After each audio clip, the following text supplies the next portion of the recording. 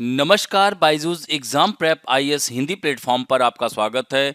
दोस्तों, आज हम लोग 27 दिसंबर 2022 के द बिग न्यूज में चर्चा करेंगे कि यूक्रेन चाहता है कि रूस को संयुक्त राष्ट्र की सुरक्षा परिषद की स्थायी सदस्यता से हटा दिया जाए और वह मांग कर रहा है। तो हम लोग बात करेंगे कि क्यों मांग कर रहा है। इसके साथ साथ हम लोग बात करेंगे यूएन क्या है, इसके क्या सिद्धांत हैं, इसका प्रमुख अंग यूएनएससी जिसे संयुक्त राष्ट्र सुरक्षा परिषद कहते हैं वह क्या है। इसके साथ साथ वीटो पावर की शक्ति के बारे में भी बात करेंगे और इसके साथ ही इसमें हम लोग बात करेंगे भारत और यूएनएससी यानी भारत और यूनाइटेड नेशन सिक्योरिटी काउंसिल। तो इन सब मुद्दों की चर्चा हम लोग आज के इस द बिग न्यूज में करने वाले हैं। तो दोस्तों, Ukraine seeks Russia's expulsion from United Nation Security Council यानी Ukraine on Monday called for Russia's removal from the United Nation where Moscow as a permanent member of the Security Council can veto any resolution। यानी आप देख सकते हैं कि ऐसे समय में यूक्रेन मांग कर रहा है कि रूस को संयुक्त राष्ट्र की सुरक्षा परिषद की स्थायी सदस्यता से हटाया जाए, जबकि सुरक्षा परिषद में 5 स्थायी सदस्य होते हैं और इन पांचों को वीटो पावर की शक्ति है और इन पांचों में से कोई भी एक वीटो पावर का प्रयोग करता है तो वह रेजोल्यूशन कैंसिल हो जाता है। तो ऐसे में कैसे संभव हो पाएगा? दोस्तों, Ukraine calls on UN member state to deprive the Russian Federation of its status as a permanent member of the UN Security Council and to exclude it from the UN as a whole, the foreign ministry said in a statement. तो दोस्तों, विदेश मंत्रालय ने एक बयान में कहा है कि यूक्रेन संयुक्त राष्ट्र के सदस्य देशों से रूसी संघ को संयुक्त राष्ट्र सुरक्षा परिषद के स्थायी सदस्य के रूप में अपनी स्थिति से वंचित करने और इसे समग्र रूप से संयुक्त राष्ट्र से बाहर करने का आह्वान करता है। दोस्तों, the statement said Russia has been illegally occupying the USSR seat on the United Nations Security Council since the breakup of the Soviet Union in 1991। यानी बयान में ये कहा गया है कि 1991 में सोवियत संघ के टूटने के बाद से रूस संयुक्त राष्ट्र सुरक्षा परिषद में यूएसएसआर की सीट पर अवैध रूप से कब्जा कर रखा है। मंत्रालय ने यह भी कहा कि कानूनी और राजनीतिक दृष्टि से केवल एक निष्कर्ष हो सकता है कि रूस संयुक्त राष्ट्र सुरक्षा परिषद में सोवियत संघ की सीट को हड़पने वाला है। बयान में यह भी कहा गया कि संयुक्त राष्ट्र में इसकी अवैध उपस्थिति के 3 दशकों को युद्धों और अन्य देशों के क्षेत्रों की जब्ती द्वारा चिन्हित किया गया। दोस्तों, 15 सीटों वाली संयुक्त राष्ट्र सुरक्षा परिषद के 5 स्थायी सदस्यों के पास संयुक्त राष्ट्र के प्रस्तावों पर वीटो की शक्ति है।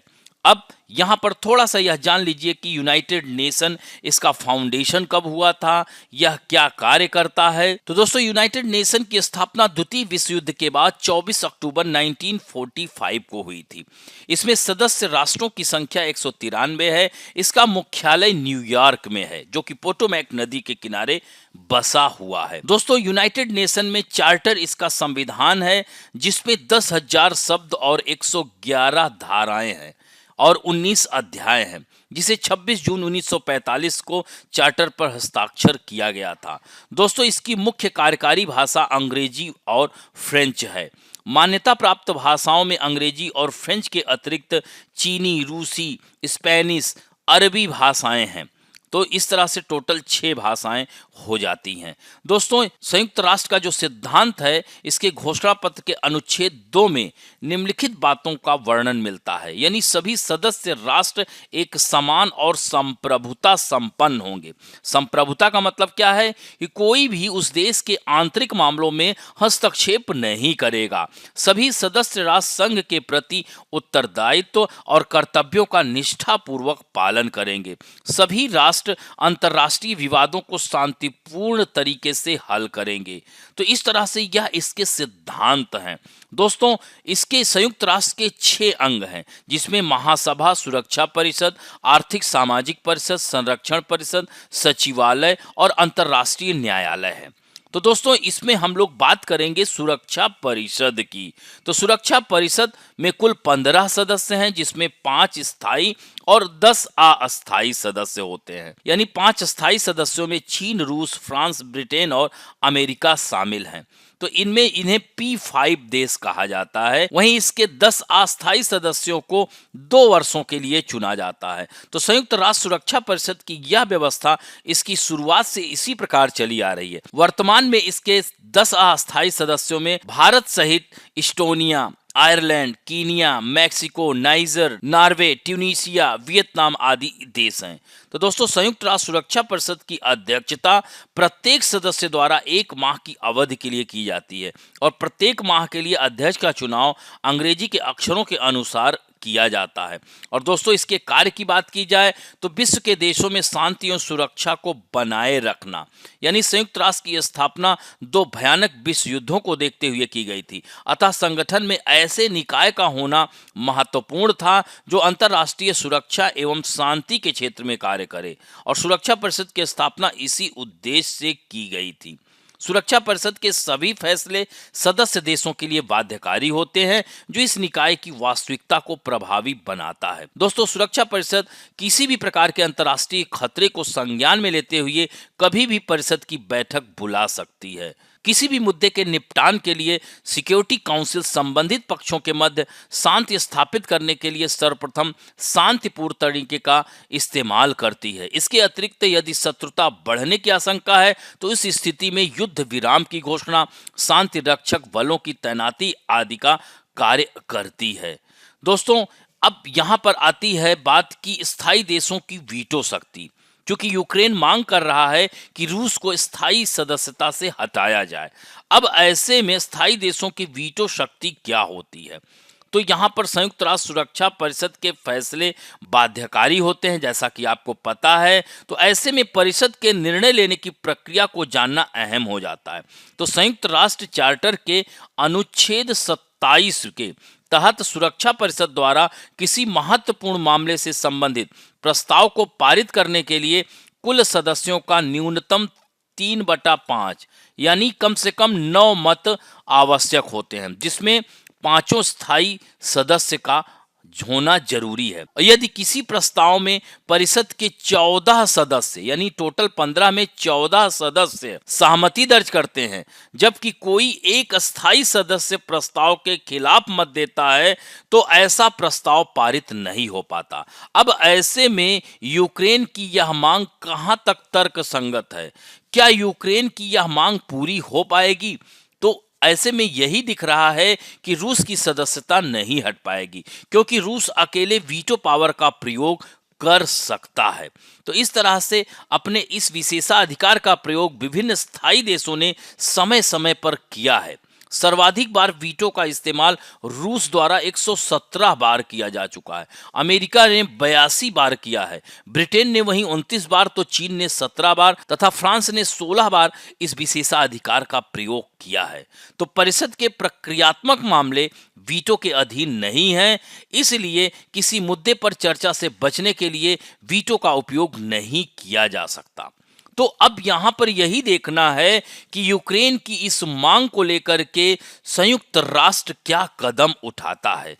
दोस्तों ऐसे में सुरक्षा परिषद एवं भारत की स्थिति अगर देखा जाए तो भारत तो शुरू से ही यानी सुरक्षा परिषद की स्थापना के बाद से ही लगातार शांति समझौतों में कई बार उसने नेतृत्व किया है। और दोस्तों भारत संयुक्त राष्ट्र सुरक्षा परिषद के गैर स्थायी सदस्य के रूप में 8वीं बार निर्वाचित हुआ है। भारत ने आतंकवाद का प्रतिरोध करने में, अंतर्राष्ट्रीय सहयोग में वृद्धि करने, अराजक तत्वों को सामूहिक विनाश के हथियारों के प्रसार के निरोध एवं संयुक्त राष्ट्र शांति स्थापना और शांति निर्माण प्रयासों को सशक्त करने हेतु भी कार्य किया है। भारत ने 43 शांति अभियानों में भाग लिया है। जैसे भारत ने वर्ष 1947-48 में मानवाधिकारों की सार्वभौम घोषणा के निर्माण में सक्रिय रूप से भाग लिया और दक्षिण अफ्रीका में नस्लीय भेदभाव के खिलाफ अपनी आवाज को बुलंद किया। दोस्तों भारत ने संयुक्त राष्ट्र में पूर्व उपनिवेशों को स्वीकार करने, मध्य पूर्व में प्राणघातक संघर्षों को संबोधित करने और अफ्रीका में शांति बनाए रखने जैसे कई मुद्दों पर निर्णय लेने में अपनी भूमिका निभाई है। अब यहाँ पर बात आती है रूस यूक्रेन युद्ध पर भारत का रुख क्या रहेगा, और इसमें अगर अभी वोटिंग होती है तो ऐसे में भारत का क्या रुख रहेगा। तो दोस्तों, अगर रूस यूक्रेन युद्ध की बात की जाती है तो यूक्रेन पर रूस के आक्रमण पर भारत की प्रतिक्रिया, जहां उसने किसी पक्ष को बिना भला बुरा कहे नागरिकों की हत्या की निंदा की और संयुक्त राष्ट्र मतदान से अनुपस्थित रहा, इसी ऐतिहासिक रूप से सतर्क तटस्थता की नीति से मौलिक रूप से अलग नहीं रही है। भारत अमेरिका द्वारा प्रायोजित संयुक्त राष्ट्र सुरक्षा परिषद के उन प्रस्तावों से भी दूर रहा है जिसमें यूक्रेन के विरुद्ध रूस की आक्रामकता की कड़ी निंदा की गई थी। भारत यूक्रेन में रूस की सैन्य कार्रवाई की निंदा करने वाले संयुक्त राष्ट्र महासभा के संकल्प से भी अलग रहा है। भारत अंतर्राष्ट्रीय परमाणु ऊर्जा एजेंसी के प्रस्ताव से भी अलग रहा, जो यूक्रेन में 4 परमाणु ऊर्जा स्टेशनों और चेरनोबिल सहित विभिन्न परमाणु अपशिष्ट स्थलों की सुरक्षा से संबंधित था। तब ऐसे में क्या भारत वर्तमान स्थिति को देखते हुए रूस के साथ जाएगा या यूक्रेन के साथ जाएगा, या भारत अपनी तटस्थवादी नीति को कायम रखेगा? चूंकि भारत दुनिया की सबसे बड़ी लोकतांत्रिक व्यवस्था वाला देश है तथा आजादी के बाद से ही भारत वैश्विक शांति एवं स्थिरता का प्रबल समर्थक रहा है, तो शीत युद्ध के दौरान जब अधिकांश देश अमेरिका और सोवियत संघ के साथ मिलकर विश्व को 2 गुटों में बांटने का कार्य कर रहे थे, तो उस समय भारत ने कुछ अन्य देशों के साथ मिलकर नॉन अलाइंड मूवमेंट, जिसे नैम कहते हैं, उसकी शुरुआत की, जो भारत की अंतर्राष्ट्रीय शांति की दिशा में साफ नीयत का परिचायक है। दोस्तों, आज के लिए आप लोगों के लिए प्रश्न है, संयुक्त राष्ट्र के कितने अंग हैं? उन अंगों के नाम बताएं। दूसरा महत्वपूर्ण प्रश्न है कि भारत को सुरक्षा परिषद में स्थायी सदस्यता प्राप्त करने में क्या कठिनाइयों का सामना करना पड़ रहा है? दोनों प्रश्नों का उत्तर आप लोग जरूर दीजिएगा। आशा करता हूं कि आज का वीडियो आप लोगों को अच्छा लगेगा। यदि अच्छा लगे तो प्लीज लाइक, शेयर, सब्सक्राइब और बेल आइकन दबाना ना भूलें। धन्यवाद।